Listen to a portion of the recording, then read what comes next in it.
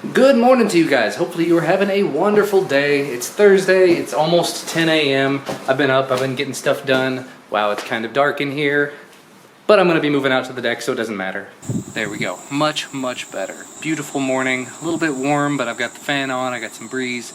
Very, very happy. And actually a little bit of an interesting update to yesterday's video. I'm gonna put the laptop down. At the beginning of yesterday's video, one of the things that I talked about was this company that reached out to me. They said, any of our products you want to try out, go for it. Just let us know which one you want. A little bit of an update. As I told you guys yesterday, I asked them about one specific thing, something I'd never tried before.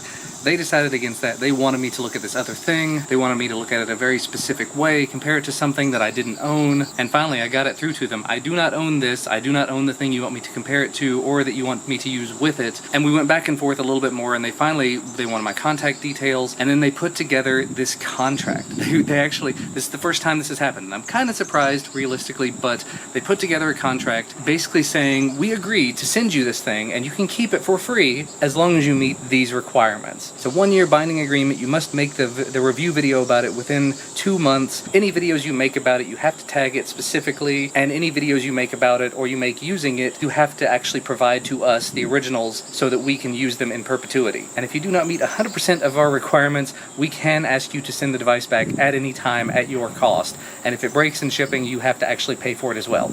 This is not a super cheap device or anything, so my reply to them was basically, no, this is completely unreasonable. I've been done with this since minute 1, so I'm moving on. Thank you and have a nice day.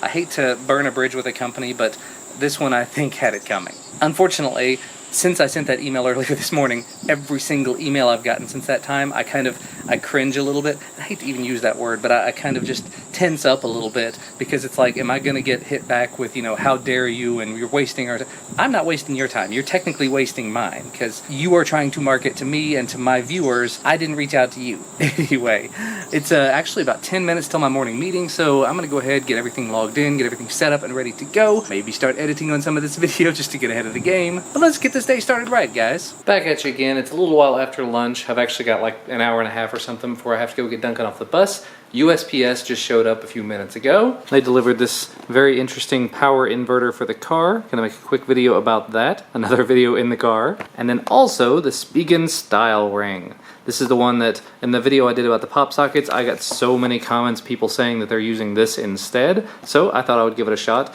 Really excited about this one because not only do you get the little ring for your phone, this supposedly comes with the attachment to put in your car, so I can put this on my device and then hang my device up in the car without having to use a proper mount. And one of you guys asked the question, what were my thoughts on the Apple event yesterday? Because I didn't really go into thoughts or details or anything about it other than just being so impressed that they're bringing Pokémon Go to the Apple Watch. And honestly, I haven't given it a huge amount of thought. One way or the other, I'm buying one of the two phones. That's just sort of a given. I'm a tech reviewer. I've got to keep up to date. And I haven't actually bought a proper iPhone in a long, long time. I bought the iPhone SE, but I didn't get the 6, the 6 Plus, the 6S, 6S Plus, whatever. So now the 7 is coming, and I'm trying to decide between the 7 or the 7 Plus. Probably gonna end up picking up the iPhone 7. Better screen, sounds awesome. Better processor, awesome.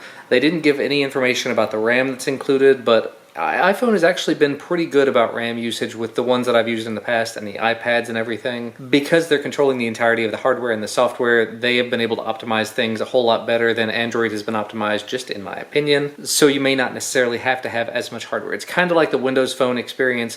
For a long time there, Windows phones, there were not a whole lot of them. They were kind of tightly locked down by Microsoft. So whenever you'd find a Windows phone, it didn't have to have a huge amount of hardware to it. It just ran really, really well. Anyway, but looking at the new software, looking at the new hardware, the new camera, the updated camera, the camera on the iPhone 7 Plus looks so good, but I just don't think that I can justify going with a larger device, like a ridiculously large device. I mean, as I've mentioned to you guys before, I've been using the OnePlus 3 for a couple of days now, and this is getting the job done because I have the pop sockets on it, but I don't know if I would want to buy a device, specifically buying a 5.5-inch device, just to get a bigger battery and a second camera. Yes, it would be really, really nice to have that camera, the telephoto lens, telephoto meaning 56mm instead of 28, which realistically you can get that by just stepping forward a couple of feet. But if you can't step forward a couple of feet, that little zoom in, that 2x zoom might be nice. But keep in mind, the 56mm lens is f2.8, so you're going to lose a lot of light on that. It's kind of like zooming in on this camera. It's f1.7 right now, but if I zoom in to its max, it's f2.8, so you lose a huge amount of light there. Whereas just taking a step forward, you don't. So realistically, between the two, I'm probably going to end up picking up the iPhone 7. I've talked to the companies that were asking me which one I was going to get. I told them the iPhone 7. That's just sort of my plan for now. If things change, they change. But the larger size does not offset the better camera for me. So smaller phone is good for me. As far as the new Apple Watch, water resistance, that's awesome. Will I use it in the water? I don't know. I actually wear the Pebble Time when I'm in the water. I don't wear it in the shower or anything, but at the pool, at the beach, wherever else I go, that's what I'm wearing. I haven't looked at any of the newer Android Wear devices. Maybe I should do that, but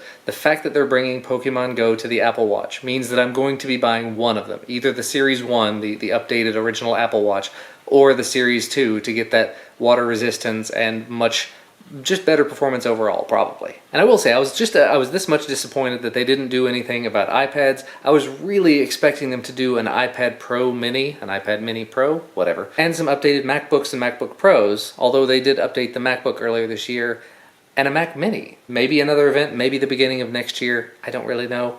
A lot of times they'll do these and they just won't even mention it. It's just like, oh yeah, by the way, there's new stuff out there. I know they secretly increased the storage availability on the iPads and iPad minis that are out there, and I don't think they changed the pricing. It's just like 16 gig stuff is going away unless you buy the iPhone SE. So really neat, really interesting things that came out of the event. I don't think there was anything that was really earth-shattering, wow, this is amazing type stuff, but definitely stuff I'm looking forward to covering on the main channel. And you guys will get to see it here too as well. And now back to the day. Uh-oh, I got a 10K egg hatching. And it's a pincer. But he's 1169. That's not terrible. And apparently my 2K egg hatched. We're just kind of sitting still, so I had my phone pulled up here. And it's a Rattata. And we've made it home, and it's spaghetti day! Woo. And then there's Ellis. Hi there, happy boy. He was crying when we walked into daycare, but stopped as soon as he saw Duncan. You miss Daddy. Yeah. While Duncan and I were out hunting Pokemon, I decided to stop by the sporting goods store. My doctor was saying that I should put something on my foot to compress it. I've been using an ace bandage up till now. My dad was suggesting something like this. This is just a little ankle sleeve, but it's got copper built into it that's supposed to help your circulation and help compression and whatnot. And they also had these copper fit sports socks that have copper built into them. So once I'm a little better along, I may start using those for like sporting stuff to make it a little easier. I thought I'd give this a try. Well, unfortunately, that little copper sock thing is going to have to go back. Tried it on. As I think I've told you guys this a couple times in the past, I have extraordinarily wide feet, so the large size was really, really tight. Like it actually hurt my foot to put it on, not just in the place where my foot is broken, but it hurt the whole foot. So cutting off circulation, not a good thing. And unfortunately, the design of it, it's going to be putting pressure right where the foot is broken, and not like in the middle where it's supposed to support it, but like right on the edge of it. So that's going back. I'll stick to the wrap for now, see if I can find something else. Actually, I looked over on Amazon and they make a little, like just the front of your foot compression thing specifically designed for this type of injury. So maybe I'll order one of those. I think they're like $10. Ellis is just sitting here on the floor watching me vlog and just smiling at me and shaking, and he loves this camera so much. See, I just want to play. I just want to play with it. Let me put it in my mouth. Ellis is definitely becoming a little more mobile. She sat him down right on the edge of his little play mat, and he's moved almost 2 feet at this point. I was putting his books in front of him and just sort of opening them up and looking at him, and he's just like, here I come, I'm coming to get him. It's not crawling, it's not even like the butt hopping that Duncan was doing when he was a baby, but he's trying. He says, I'm gonna do this, I'm gonna get there. There we go. His butt hopping will get better. Yeah. Once he figures out he can use his hands to do it too, gonna take a break. It's hard on the butt. And now he's got the distraction. Duncan had me turn Stampy on. Oh, you coming to get those books? Come to get the books. I gotta scoot. I'm gonna scoot. This is like the first real I want to move type stuff he's done, other than just flopping around on the floor on his belly. Here I go. I'm gonna get there. It's just gonna take me a couple of days.